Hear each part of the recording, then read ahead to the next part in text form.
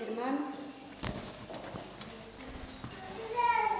A lo largo de estos 10 días de oración, el resultado a conseguir, ya todos lo sabemos, es conseguir una mejor comunión con nuestro Dios, un mejor reconocimiento de cuánto nos tenemos que arrepentir para la preparación y lograr el gran premio que tiene preparado el Señor para nosotros, que es la vida eterna. Aquí volvemos a poner nuestra cajita de oraciones, donde los que sintáis el deseo podéis poner aquí a lo largo de estos días hasta el próximo sábado por la tarde quemaremos todas las peticiones de oración. Tenemos otra cajita también con los agradecimientos, y deciros también que tenemos esta semana un nombre más que poner aquí de Alfa Televisión. Una persona más ha contactado a lo largo de esta semana pidiendo una Biblia, un conflicto y un camino a Cristo. Quiere decir que tenemos un motivo más para poner aquí dentro de oración, porque cada una de las almas que contactan con nosotros son motivo de oración. Hoy realmente el tema del que tenemos que hablar tiene que ver con la oración, con todos estos 10 días de oración. Y es importante, todos tenéis el librito, si alguno aún se quedó sin él, por favor que a la salida nos lo comente, y un DVD, porque cada día tenemos un DVD del pastor Mark Finlay para escuchar 2 minutos más o menos, y después el tema. Son temas bastante profundos de las necesidades que tenemos cada uno de nosotros para crecer en Cristo. La verdad, os comento un poquito mi experiencia personal. Está siendo bastante...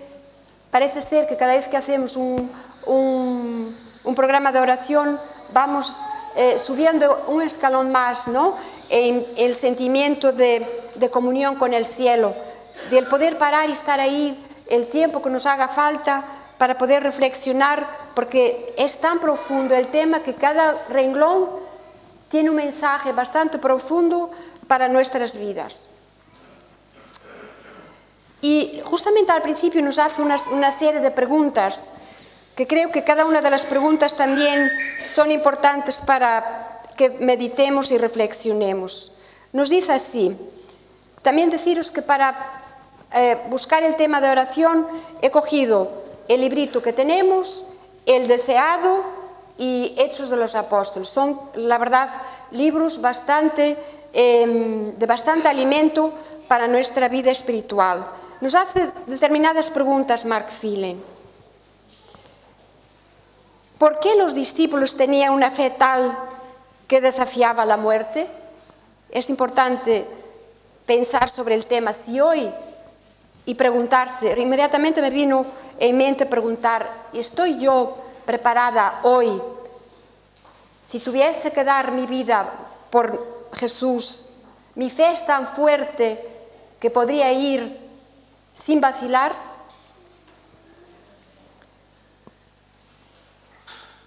Hace otra pregunta: ¿qué les daba coraje a aquellos hombres para proclamar el Evangelio hasta los confines de la tierra? Sabemos que antes del Pentecostés esta pregunta tendría una respuesta completamente diferente. ¿Por qué fueron diferentes después del Pentecostés?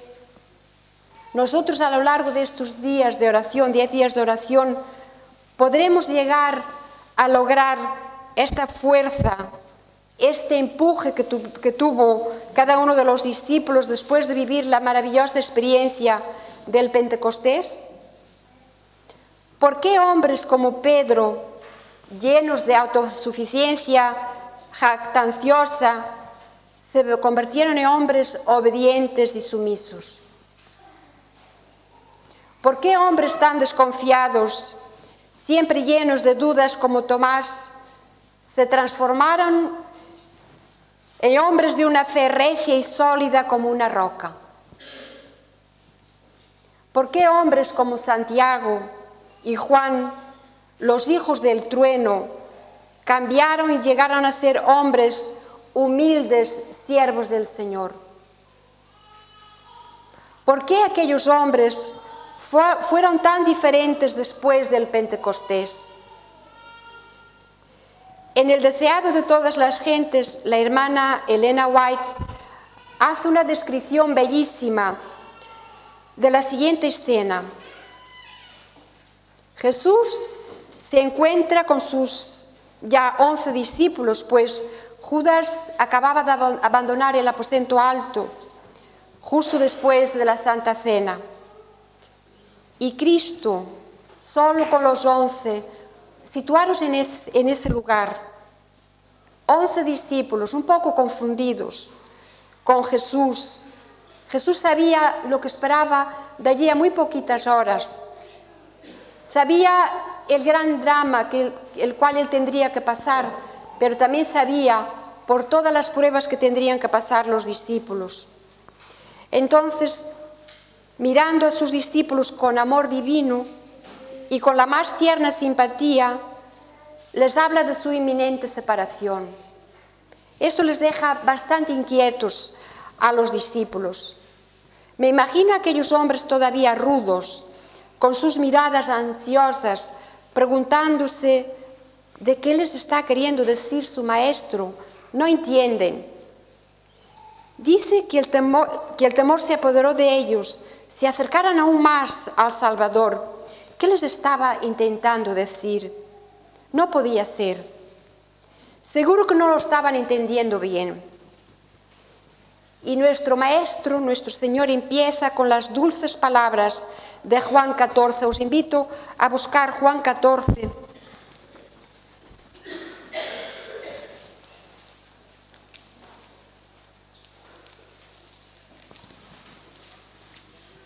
Es un pasaje que ya desde pequeñitos lo aprendemos y nos hace memorizar estos versículos tan bonitos. Del 1 al 5 podemos leer que dice lo siguiente.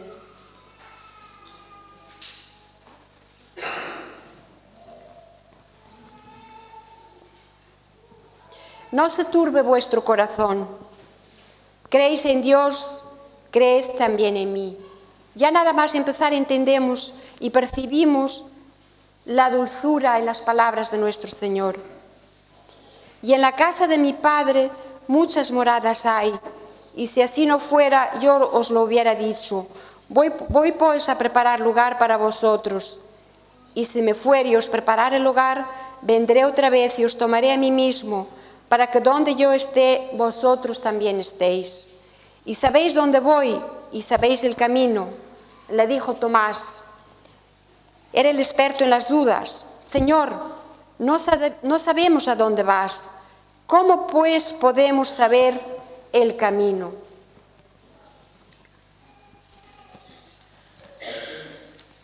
En estos versículos del 1 al 5 encontramos a un Cristo consolador, un Cristo consolando a sus discípulos con la esperanza del cielo. Les hace un vislumbre de cómo será el cielo, dándoles la seguridad de que Él va a preparar un lugar para que donde Él esté también podamos estar nosotros, y en aquel momento para que también puedan estar los discípulos.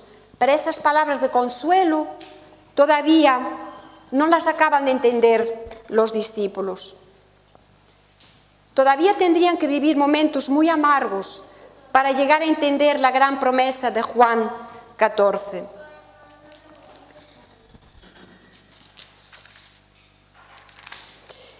Y ahora vamos al Juan del 6 al 12. Leamos el 6 al 12.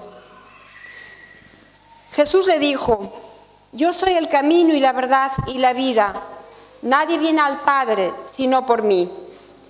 Si me conocéis, también a mi Padre conoceríais, y desde ahora le conocéis y le habéis visto. Felipe le dijo: Señor, muéstranos el Padre y nos basta. Jesús le dijo: tanto tiempo hace que estoy con vosotros y no me has conocido, Felipe. El que me ha visto a mí ha visto al Padre. ¿Cómo pues dices tú, muéstranos al Padre. ¿No creéis que yo soy en el Padre y el Padre en mí? Las palabras que yo os hablo, no las hablo por mi propia cuenta, sino que el Padre que mora en mí, Él hace las obras. Creedme que yo soy en el Padre y el Padre en mí. De otra manera, creedme pues por las mismas obras. De cierto os digo, el que en mí cree, las obras que yo hago, Él las hará también. Y aún mayores hará porque yo voy al Padre. En estos versículos podemos percibir lo que Jesús les quiere hacer ver a los discípulos, la unidad que el mismo Jesús representa con el Padre. Y ahora leemos el versículo 15. De cierto os digo, el que en mí cree, las obras, no, el versículo 15, perdonad. Si me amáis, guardad mis mandamientos. Nuestro Señor pide amor y obediencia. Ahora ya en los versículos 16 al 26 leemos lo siguiente. Y yo rogaré a mi Padre y os dará otro Consolador, para que esté con vosotros para siempre. El Espíritu de verdad, al cual el mundo no puede recibir, porque no le ve ni le conoce, pero vosotros le conocéis, porque mora con vosotros y estará en vosotros. No os dejaré huérfanos, vendré a vosotros. Todavía un poco, y el mundo no me verá más, pero vosotros me veréis, porque yo vivo, vosotros también viviréis. En aquel día vosotros conoceréis que yo estoy en mi Padre, y vosotros en mí, y yo en vosotros. El que tiene mis mandamientos y los guarda, ese es el que me ama, y el que me ama será amado por mi Padre. Yo le amaré y me manifestaré a él. Le dijo Judas, no el Iscariote, Señor, ¿cómo es que te manifestarás a nosotros y no al mundo? Respondió Jesús y le dijo, el que me ama, mi palabra guardará, y mi Padre le amará, y vendremos a él y haremos morada con él. El que no me ama no guarda mis palabras, y la palabra que habéis oído no es mía, sino del Padre que me envió. Os he dicho estas cosas estando con vosotros, mas el Consolador, el Espíritu Santo, a quien el Padre enviará en mi nombre, Él os enseñará todas las cosas y os recordará todo lo que yo os he dicho. Como hemos visto en Juan 14, del 16 al 26, nuestro Señor les promete el Consolador, el Espíritu Santo. Y en Juan 14, del 27 al 31, nos dice lo siguiente para terminar. La paz os dejo, mi paz os doy. Yo no os la doy como el mundo la da. No se turbe vuestro corazón ni tenga miedo. Habéis oído que yo os he dicho, voy y vengo a vosotros. Si me amarais, os habríais reconciliado, porque he dicho que voy al Padre, porque el Padre mayor es que yo. Y ahora os lo he dicho antes que suceda, para que cuando suceda creáis. No hablaré ya mucho con vosotros, porque viene el príncipe de este mundo y él nada tiene en mí. Mas para que el mundo conozca que amo al Padre, y como el Padre me mandó, así hago. Levantaos, vamos de aquí. Aquí en estos versículos podemos ver a un Jesús que les deja su paz, les transmite paz y seguridad. Y como os decía antes, pero todavía los discípulos no acababan de entender el mensaje que Jesús les quería transmitir. Tendrían que vivir momentos muy amargos para llegar a entender la promesa de Juan 14. Os recomiendo, hermanos, que en estos días de preparación y oración en el aposento alto, que leáis en el deseado de todas las gentes todo el capítulo 78, el Calvario. La verdad que estos días me he parado un buen rato reflexionando sobre cada una de las palabras que nos decía la hermana Elena White sobre todo lo que Jesús ha pasado en el Calvario. Si cada día nos parásemos a reflexionar ese momento tan doloroso, yo la verdad, en el momento de leer esto, no pude evitar, me caían las lágrimas, pensando cuántas y cuántas veces crucificamos a nuestro Jesús en la cruz, y una y otra vez, con el orgullo, con tantas cosas que hemos de pulir. Por eso la necesidad que estos días no sean, voy a leer el capítulo que me toca hoy, lo leo de una forma rápida y corriendo a mis quehaceres. Buscad un momento de paz, un momento donde realmente os podáis sentir que os recogéis en el aposento alto, donde podamos ver cada una de las partes de nuestro ser que necesitan transformación y restauración. Os aconsejo a leer el Calvario, ese capítulo. No hay nada en el deseado de todas las naciones que deba de ser eliminado, pero en estos días leer ese trozo que lo describe con sumo detalle me ha hecho sentir, rápidamente me he tenido que arrodillar y pedir al Señor una transformación tremenda en mi vida y darme cuenta de cuánto tengo que mejorar si ese día quiero estar ahí con Jesús. Y realmente es mi deseo que cada uno de nosotros podamos estar ahí, que podamos compartir de la gran cena que el Señor tiene preparado para nosotros. Ahí, junto con Jesús en aquel Calvario, sentiremos el enorme y grande sacrificio de Jesús en la cruz del Calvario. Allí sentiremos la necesidad inmediata de arrodillarnos a los pies de la cruz, reconociendo cada una de nuestras debilidades, pidiéndole perdón con la seguridad de ser contestados. Los discípulos, junto con la Madre de Jesús, todavía tuvieron que presenciar aquella terrible escena de ver las manos de su querido Maestro extendidas sobre la cruz, mientras aquellos clavos se hundían a través de la tierna carne. Aquellos hombres nunca más pudieron borrar de sus mentes aquellas terribles escenas. Una vez Jesús muerto, se alejaron solitarios, con el corazón quebrantado, recordaron sus palabras, que la podemos ver en Lucas 23, 31.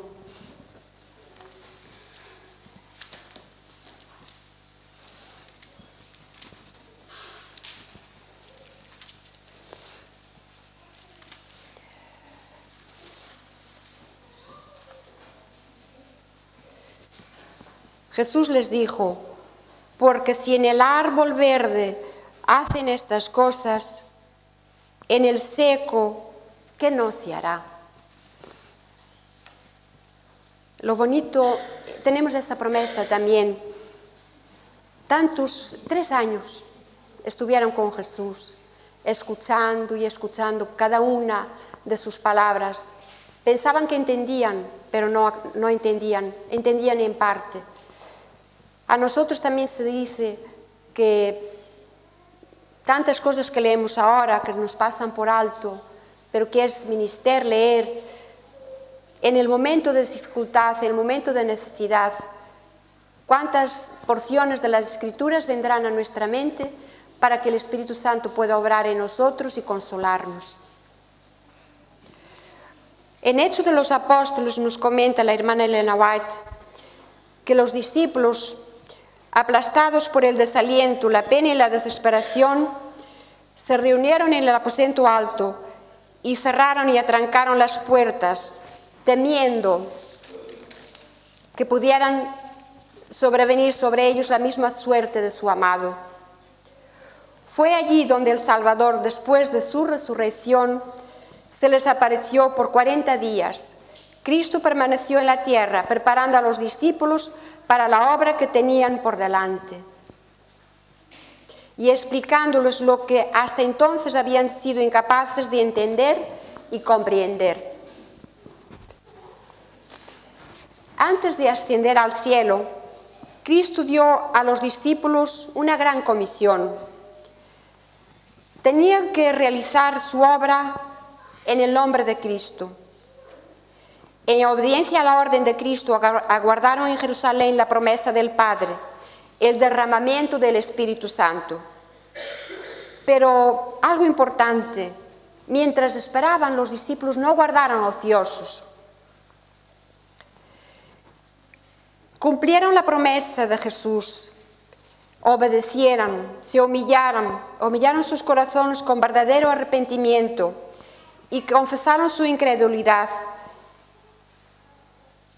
¿Y cómo se cumplieron en los días del Pentecostés? Estaban todos unánimes, juntos.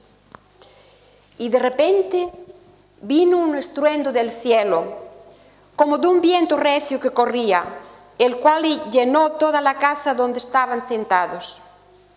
Sobre los discípulos que esperaban y oraban, vino el Espíritu con una plenitud que alcanzó el poder a su corazón. El Ser Infinito se reveló con poder a su iglesia.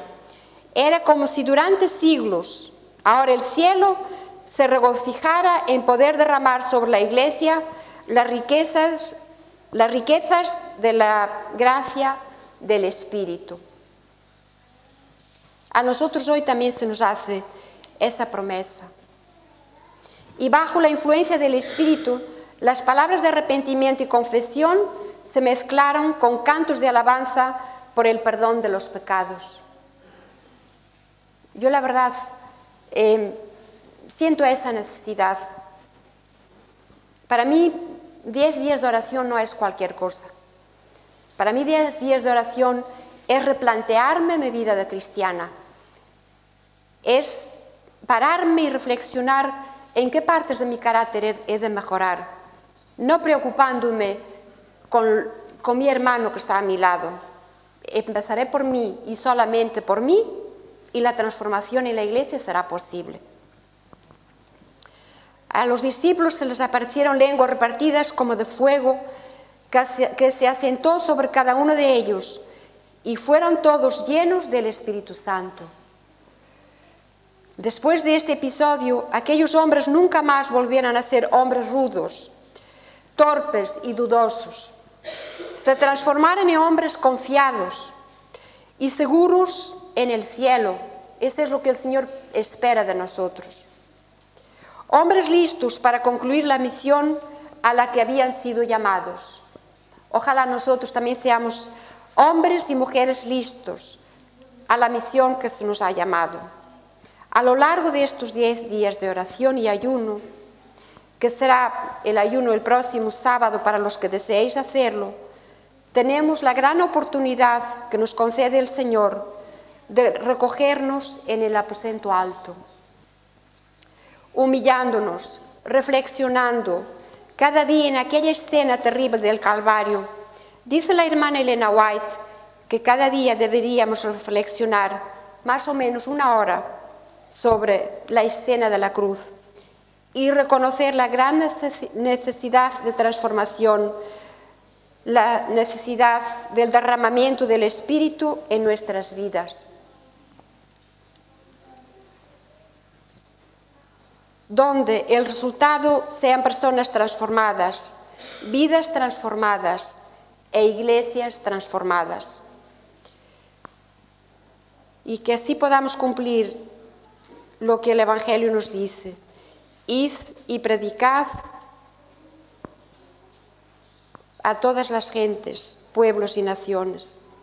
Me gustaría también compartir con vosotros algo que encontré de un libro que a mí me gusta, que es del pastor Harold Marshall Richards, un pastor que ha sido un gran pilar en nuestra iglesia, que ha vivido una experiencia. Él cuenta el testimonio en este libro, Pastorea las ovejas, creo que es, donde él cuenta un episodio, como a lo mejor a nosotros también nos ha pasado en algún momento de nuestra vida, un episodio en especial que nos ha marcado nuestra vida de cristianos. Y voy a compartir con vosotros el testimonio que él nos da, donde dice que una simple oración le ha marcado la vida cristiana y ha sido un pilar a lo largo de su vida en nuestra iglesia y en el ganar almas para el Señor. Harold Marshall Richards era hijo y nieto de pastor, y es sobre todo conocido, seguro que lo habéis escuchado, como el fundador en 1930 del programa radiofónico antecesor de La Voz de la Esperanza. Cuenta que una vez oyó, y fue la única vez que escuchó a la hermana Elena White dar una conferencia, una predicación. Y esto fue en el año 1912. Tan solamente 3 años después, en el año 1915, la hermana Elena White murió. Entonces ya os dais cuenta de que era ya una ancianita y todavía trabajaba para ganar almas para el Señor. Ahora os vais a asombrar del número de personas que estaban ahí presentes en esa predicación. Vuelvo a repetir, cuenta la única vez que oí predicar a la hermana Elena White, que fue en 1912, en un congreso campestre muy típico en Estados Unidos, en el Colorado, donde Warner Jones y yo estábamos encargados de poner los muebles en las tiendas de campaña y en ayudar a ubicar a la gente. Tenía un gran trabajo. Él, el chico entonces jovencito, Harold, se sentía orgulloso de poder compartir ese trabajo con Warner Jones, que era ya mayor que él. La reunión se realizó en un edificio que tenía un techo metálico y, por supuesto, en aquel tiempo no había amplificadores, no había micros, no había altavoces. Allí habían, daros cuenta cuánta gente había, 5.000 personas para escuchar el mensaje. La mayor parte de ellos no eran adventistas, eran personas que habían venido a ver a la profetisa adventista. El hermano William White, la hermana McIntyre y la hermana White llegaron a los terrenos en un carruaje tirado por caballos. Era la primera vez que yo veía a la hermana Elena White y puedo recordar lo impresionante que aquello fue para mí. William White la llevó a la mesa desde donde iba a hablar. Era una anciana bajita, con un vestido de seda negro y con una pequeña cofia en su cabeza, pero tremendo. Cuando comenzó a predicar, escuchar esto, brotaba un texto bíblico tras otro, por lo menos citó 100 textos sin parar. Así nada más, un texto tras otro. No tenía notas, no señor, no necesitaba de notas, tenía su Biblia. Nunca tenía que mirarla, pero la tenía y pasaba las páginas y citaba texto tras texto. Dice Harold Richards que no recuerda cuál fue el tema de aquel día, pero sé que su voz era semejante a una campana de plata mientras se extendía por el gran conjunto de público. ¿Os podéis imaginar hablar para 5.000 personas sin micro? 100 textos bíblicos sin necesitar de leerlos en la Biblia. Esto me ha hecho darme cuenta de que todavía estoy muy verde en cuanto al estudio de la palabra. Necesito, cuando logre decir 100 textos bíblicos sin mirar a la Biblia, comenzó a llover. Pero por encima del ruido de la lluvia sobre el techo metálico, ¿os podéis imaginar un techo metálico, el ruido que hace la lluvia?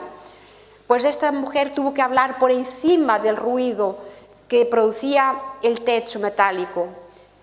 Se podía oír aquella voz sonando claramente a través de todo el auditorio. Cuando llevaba ya unos 45 minutos hablando, se acercó su hijo. La tomó por el brazo y le dijo: veo que estás cansada, mamá. A mí me emocionó el cuidado de su hijo, pendiente de su madre. ¿Todavía habrá hijos así? Ya has hablado suficiente. Me parece que es mejor que te sientes, mamá. Y ella falleció justamente 3 años más tarde. Y en ese momento ya se estaba debilitando. Entonces, esto fue lo que le impresionó, lo que quedó muy grabado en la mente de este pastor. Entonces se arrodilló y comenzó a orar. Y cuando oró, algo sucedió. Antes de orar, era sencillamente una respetable anciana que estaba hablando, pero cuando se arrodilló, ocurrió un gran cambio en la congregación. Era la mensajera del Señor y por tanto Dios la honró. Oh Padre mío, comenzó a decir, y dice el pastor Richards, aún puedo oír aquellas palabras. Me podéis dar un montón de pruebas del espíritu de profecía y yo las acepto y las creo. Pero si no tuviera ninguna de esas pruebas, creería en ella porque la he escuchado orar. Eso para mí fue la prueba mayor de su oficio profético. A los 30 segundos de su oración, todos estábamos en la presencia de Dios. Ella estaba hablando con él y estaba totalmente ajena a los que estaban a su alrededor. Al cabo de un minuto se oían sollozos por todo el auditorio. Aquella gran congregación estaba llorando.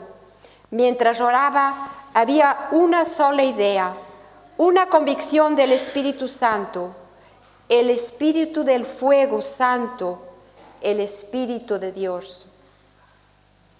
Les digo, mis amigos, aquello provocó grandes cambios en muchas vidas. La gente quedó sorprendida por el poder y la presencia de Dios. No se lo esperaban. Habían ido a ver a una profetisa, a un personaje inusual, pero el Señor los cautivó. Lloraban y clamaban. Y sigue diciendo, hable sobre psicología si quiere, pero no hubo nada de eso allí. Estaba tranquila hasta que comenzó a orar. Y entonces, así nada más, estaba allí una lengua de fuego. La tenía cuando oró. Y dice el pastor, yo estaba allí y lo sé. Cuando se levantó, era exactamente otra vez una agradable ancianita.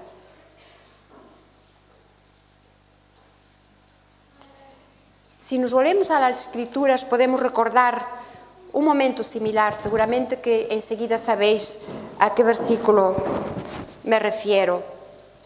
Cuando los discípulos se reunieron en aquel aposento alto, cuando el Espíritu Santo inundó a cada uno de ellos con la lengua de fuego, aquellos discípulos ya nunca más serían los mismos.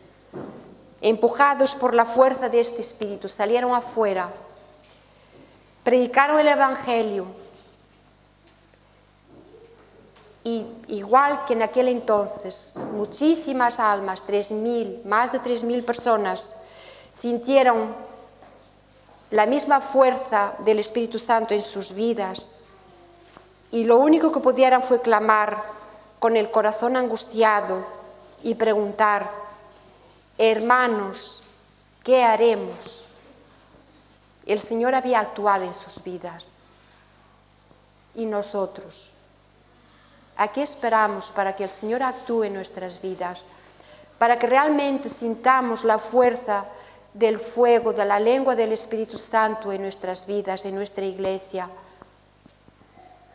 Igual que 3.000 personas, igual que 5.000 personas no pudieran olvidar aquel momento, nuestra iglesia a lo largo de estos 10 días, ojalá que no pueda olvidar la experiencia de aquel aposento alto, donde el Señor pueda actuar en nuestro ser y nos pueda compungir al sentimiento y a la necesidad de la transformación a una vida mejor, para que entonces las puertas de nuestras iglesias se puedan abrir, porque así, en ese momento, estaremos preparados para recibir a muchas almas en nuestras iglesias, donde ya no haya lugar a la murmuración, a la crítica, y sí nuestras mentes estén únicamente volcadas en aquel momento del gran sacrificio de Jesús en el Calvario por nosotros. Y ahora, perdonar que la necesidad que siento de terminar de una forma un poco diferente y pedir a dos hermanos, ya hablé con ellos previamente a ver si estaban dispuestos, de que hagan una oración para pedir el derramamiento del Espíritu Santo en nuestras vidas.